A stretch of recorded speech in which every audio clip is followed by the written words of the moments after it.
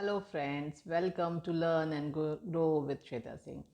मैं श्वेता सिंह अपने चैनल के माध्यम से आप सभी का बहुत बहुत स्वागत करती हूँ। आशा करती हूँ आप सभी स्वस्थ होंगे, सकुशल होंगे और बहुत अच्छे से अपने एग्जाम्स के प्रिपरेशंस कर रहे होंगे।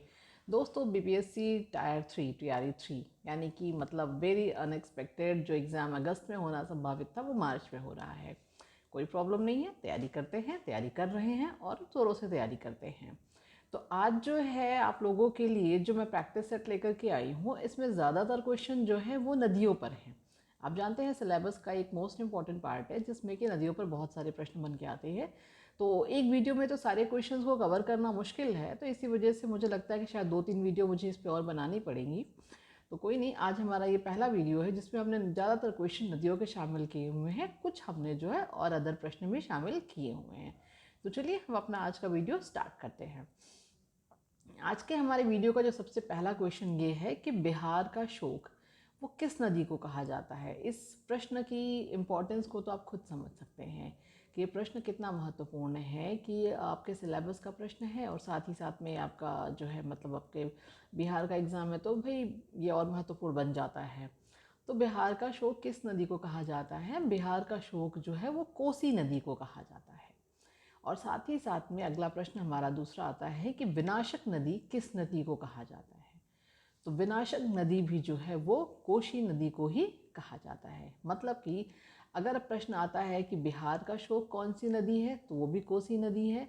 और अगर अगला प्रश्न आता है कि भाई विनाशक नदी कौन सी होती है मतलब इंडिया में या फिर बिहार के नाम पे, तो आप उसको कोसी नदी ही कहेंगे। अगला प्रश्न है कि बिहार से सटा हुआ आपका राज्य है जो है बंगाल। तो अब अगला प्रश्न उसी के ऊपर है कि बंगाल का शोक किस नदी को कहा जाता है। तो बंगाल का शोक जो है वो दामोदर नदी को कहा जाता है। तो ये 3 प्रश्न काफ़ी महत्वपूर्ण हैं, सिमिलर हैं। इसमें से कोई भी एक प्रश्न आपको देखने की मतलब हम मान के चलते हैं कि कोई भी प्रश्न हमको संभावित है। आगे चलते हैं। अगला प्रश्न है कि भारत की बृहत्तम नदी कौन सी है, मतलब सबसे बड़ी नदी आपकी भारत की कौन सी है। तो वो गंगा नदी है। जय गंगा मैया, हम सभी पूजा करते हैं जय गंगा मैया। अगला प्रश्न है गंगा नदी को बांग्लादेश में किस नाम से जाना जाता है। तो गंगा नदी को जब यहाँ पे हम लोग गंगा नदी को गंगा नदी कहते हैं और बांग्लादेश में जो है गंगा नदी का नाम जो है वो पद्मा नदी हो जाता है। फिर से समझिएगा, गंगा नदी को आपका बांग्लादेश में पद्मा नदी के नाम से जाना जाता है। अगला प्रश्न है कि गंगा नदी और ब्रह्मपुत्र नदी इसकी संयुक्त जलधारा को क्या कहते हैं। मतलब कि गंगा नदी भी आपकी आती हैं और आपकी जो है ब्रह्मपुत्र नदी भी आती हैं और फिर ये दोनों नदियाँ आपस में मिल जाती हैं। तो जिस नदी का जो आपका निर्माण होता है, जो आपकी संयुक्त जलधारा होती है, उसको हम मेघना नदी के नाम से जानते हैं। तो एग्ज़ाम में पद्मा नदी से भी ये प्रश्न काफ़ी बनते हैं और मेघना नदी का भी ये प्रश्न बनता है जो है। हमारा अगला प्रश्न है वो ये कहता है कि सुंदरबन डेल्टा कौन सी नदी बनाती है। तो जो सुंदरबन डेल्टा है वो गंगा और ब्रह्मपुत्र नदी, ये दोनों नदियाँ मिल करके आपका जो है वहाँ पर आपका बनता है Sundarban delta. Next question is कि तिब्बत में बहने वाली सांगपो नदी, एक प्रश्न तो यही है कि तिब्बत में ये जो सांगपो नदी है ये कहाँ की है, आपकी बहती है तिब्बत में बहती है। और ये भारत में जो है कौन से प्रदेश से होकर के भारत में एंट्री करती है। तो इसका जवाब होता है अरुणाचल प्रदेश। मतलब कि तिब्बत की आपकी सांगपो नदी जो है वो अरुणाचल प्रदेश के थ्रू जो है भारत में प्रवेश करती है। समझ गए होंगे आशा करती हूँ। आगे चलते हैं कि अगला प्रश्न है कि तिब्बत में मानसरोवर झील के पास किस नदी का उद्गम स्रोत है। काफ़ी ज़रूरी है और इन तीनों में से कोई एक प्रश्न आपको ये जो तीनों नदियों के जो आपके नाम है कि मतलब आपका मानसरोवर झील के पास, तिब्बत में मानसरोवर झील के पास में, इसमें से ये तीनों नदियों का उद्गम स्थल है। सिंधु नदी का भी उद्गम स्थल यही है और सतलज नदी का भी यही है और ब्रह्मपुत्र नदी का भी यही है। तो मतलब कि सिंधु नदी, सतलज नदी और ब्रह्मपुत्र नदी, इन तीनों नदियों का जो उद्गम स्थल है वो तिब्बत में मानसरोवर झील के पास है। तो ये तो मतलब मैं आपके लिए कंटेंट है अब तो इस प्रश्न को, क्योंकि अब 3 बार में इस प्रश्न को मैं बोलूँ कि भाई तिब्बत में एक झील का नाम, फिर 2 झील का नाम, फिर 3 झील का नाम, इसलिए मुझे इम्पोर्टेंट लगा तो इसलिए मैंने तीनों को एक साथ ही कर दिया हुआ है। बस आप इसको अच्छे से याद कर लीजिएगा, कंठस्थ कर लीजिएगा कि भाई तिब्बत की जो मानसरोवर झील है वहाँ पर किन 3 नदियों का उद्गम स्थल है।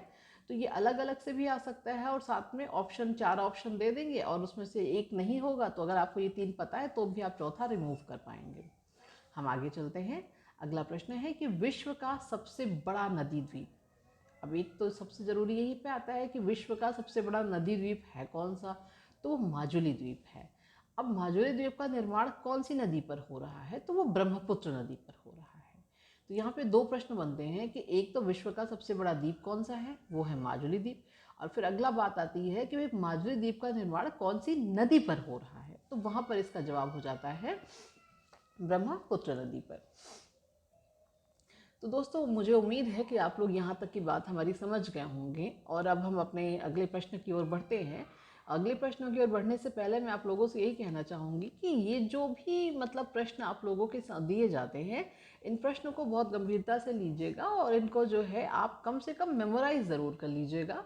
और वन लाइनर फॉर्मेट में क्वेश्चंस हैं तो आपको याद करने में ज़्यादा दिक्कत नहीं होगी और मुझे पूरी उम्मीद है कि एग्ज़ाम में ये आपके लिए काफ़ी बेहतर आपके सिद्ध होगा जो है। चलिए अब हम अपने अगले प्रश्न की ओर चलते हैं।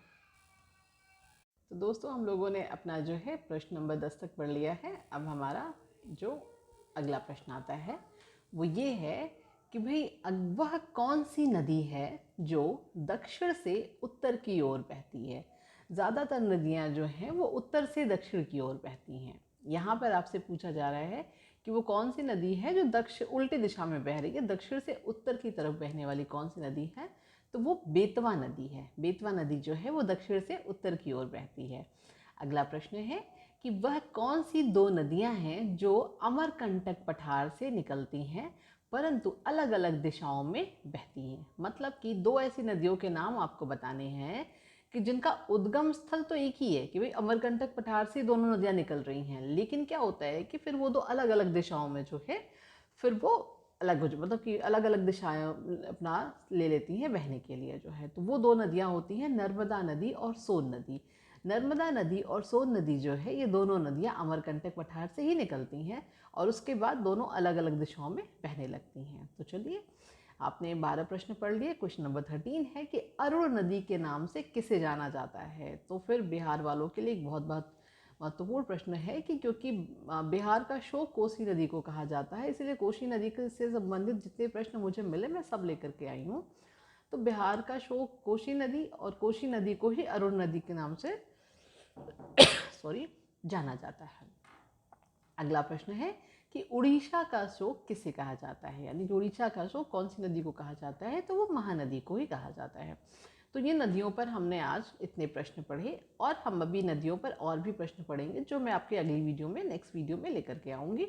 अब हम कुछ प्रश्न पढ़ते हैं लोक नृत्य और राज्य से, जिससे भी आपके एग्जाम में प्रश्न बनते हैं। तो ये कुछ महत्वपूर्ण लोक नृत्य हैं और आपको इन लोक नृत्य को याद करना है और इनसे संबंधित राज्य आपको पता होने चाहिए। तो ये भी आपके एग्ज़ाम के लिए वेरी इंपॉर्टेंट है, इसीलिए आज आप इस वीडियो में शामिल किया गया है कि बिहू लोक नृत्य जो है बिहू, ये आपका असम का लोक नृत्य है। भांगड़ा आई होप आप लोगों को पता भी होगा, भांगड़ा तो थोड़ा सा इजी है, सिंपल है। तो भांगड़ा आपका पंजाब का है। डांडिया अभी तो काफ़ी कल्चर है, नवरात्रि आती है तो काफ़ी लोग मतलब बहुत अभी तो हर जगह डांडिया नाइट्स होती हैं, लेकिन ये आपका जो मेन फोक डांस है वो गुजरात का है। ये प्रश्न आपका आता है नौटंकी। हालांकि नौटंकी लोक नृत्य है तो उत्तर प्रदेश का, कई बार लोग इसको कंफ्यूज हो जाते हैं कि ये बिहार का है, तो और ऑप्शन में डाल भी दिया जाता है और बिहार का एग्जाम है तो बिहार टिक भी कर देंगे। इसीलिए मैंने इस वीडियो में इस प्रश्न को शामिल किया है कि जो नौटंकी लोक नृत्य है वो बिहार का नहीं उत्तर प्रदेश का है। अगला प्रश्न है कि चरकुला, चरकुला जो आपका फोक डांस है ये ब्रजभूमि का है। चरकुला ब्रजभूमि का है। नेक्स्ट है आल्हा। आल्हा जो आपका फोक है ये आपका फोक डांस है महोबा का। नेक्स्ट क्वेश्चन कि रसिया फोक डांस बरसाना स्थान का है और इसके बाद हमारा जो अगला फोक डांस है धुरिया, ये आपका बुंदेलखंड से है। तो ये कुछ महत्वपूर्ण लोक नृत्य थे और उससे संबंधित राज्य हैं बिहू असम, भांगड़ा पंजाब, डांडिया गुजरात, नौटंकी उत्तर प्रदेश, चरकुला ब्रजभूमि, आल्हा महोबा, रसिया बरसाना और धुरिया बुंदेलखंड। तो दोस्तों आज हमने वीडियो में काफ़ी कुछ इंपॉर्टेंट प्रश्नों को पढ़ा है और फिर मेरा नेक्स्ट वीडियो जो आएगा वो भी ऐसे ही आपके इंपॉर्टेंट क्वेश्चन का कलेक्शन रहेगा। मैं बस आप लोगों से यही कहना चाहूँगी कि जो भी मैं आपको कंटेंट प्रोवाइड करती हूँ इनको आप जो है ज़रूर पढ़िएगा, ये आपके एग्ज़ाम के लिए बेहद महत्वपूर्ण है। और साथ ही साथ में हो सके तो वीडियो को बार बार देखिए, जिससे आपको क्या होता है कि ये प्रश्न आपको यहीं के यहीं याद हो जाएंगे। दूसरी चीज़ ये है कि भाई अब जो ये क्वेश्चन का फॉर्मेट है वन लाइनर है, जो आपको याद करने में काफ़ी आसानी होगी। तो चलिए, मुझे उम्मीद है कि आपको आज का वीडियो पसंद आया होगा। बात अगर पसंद आई हो तो वीडियो को लाइक शेयर सब्सक्राइब ज़रूर करिएगा, और अगर आप चैनल पर नए हैं तो बेल आइकन का बटन ज़रूर प्रेस करिएगा। हमारा एक छोटा सा टेलीग्राम ग्रुप है learn and grow with Shweta के नाम से, अगर आप उसको ज्वाइन करना चाहें, क्योंकि मैं जो कुछ भी पढ़ाती हूँ वो भी, और साथ में जितने भी इंपॉर्टेंट अपडेट्स होती है आप लोगों के एग्ज़ाम से रिलेटेड और सारी मतलब जो आपके काम की जितनी भी इन्फॉर्मेशन होती है वो मैं अपने टेलीग्राम चैनल पर शेयर कर देती हूँ। और टेलीग्राम चैनल की जो लिंक वीडियो के डिस्क्रिप्शन बॉक्स में आपको आसानी से मिल जाती है, जिसको अगर आप चाहें तो वहाँ से आप ज्वाइन कर सकते हैं। तो चलिए, पूरी वीडियो में बने रहने के लिए बहुत बहुत धन्यवाद। मिलते हैं अगली किसी और वीडियो में। Thanks for watching my video. Thank you so much.